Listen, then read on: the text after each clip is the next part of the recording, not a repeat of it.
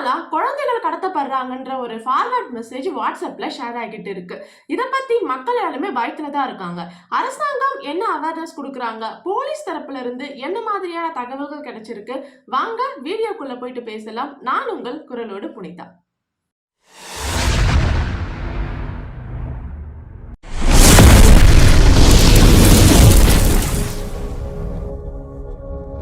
கொஞ்ச நாளா வாட்ஸ்அப்ல ஃபார்வர்ட் மெசேஜ் ஒன்று வருதுங்க. என்னன்னா, ஒரு வெளிநாட்டுல இருந்து 400 பேர் சேலம் மாவட்டத்துல இறங்கியிருக்காங்க. அவங்க எதுக்கு வந்திருக்காங்கன்னா, குழந்தைங்கள கடத்துறதுக்காக வந்திருக்காங்க.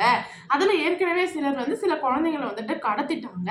கடத்திட்டு அவங்களோட உடல் உறுப்புகள் எல்லாம் திருடிக்கிட்டு அந்த குழந்தைங்கள கொன்னுட்டாங்க. இப்படின்ற ஒரு மெசேஜ் பரவலாவே ஷேர் பண்ணிக்கிட்டு வந்திருக்காங்க. ஆனா இது உண்மையா அப்படின்னு பாத்தீங்கன்னா, தமிழ்நாடு அரசு சார்பாகவும் போலீஸ் சார்பாகவும் இல்ல, இது ஒரு வதந்தி அப்படின்னு சொல்லிட்டாங்க. சரி, என்னதான் இது ஒரு வதந்தி அப்படின்னு இருந்தாலும் பொதுமக்கள் அவங்க வீட்டுல குழந்தைங்க இருக்காங்க அப்படின்றப்போ கண்டிப்பா ஒரு பயம் வரதா செய்யும்.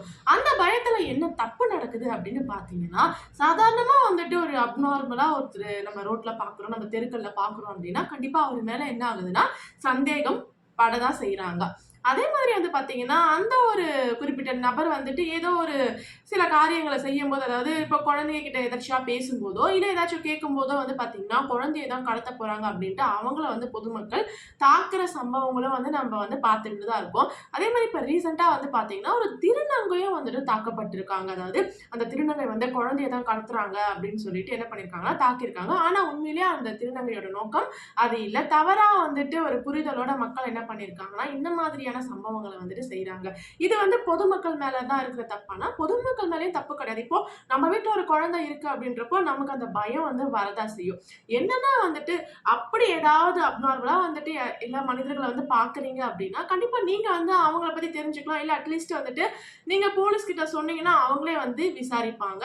ஸோ யாரும் பயப்படாதீங்க. தமிழக அரசு சார்பாவும் சொல்லிட்டாங்க. இது ஒரு வதந்தி தான் அப்படின்ட்டு.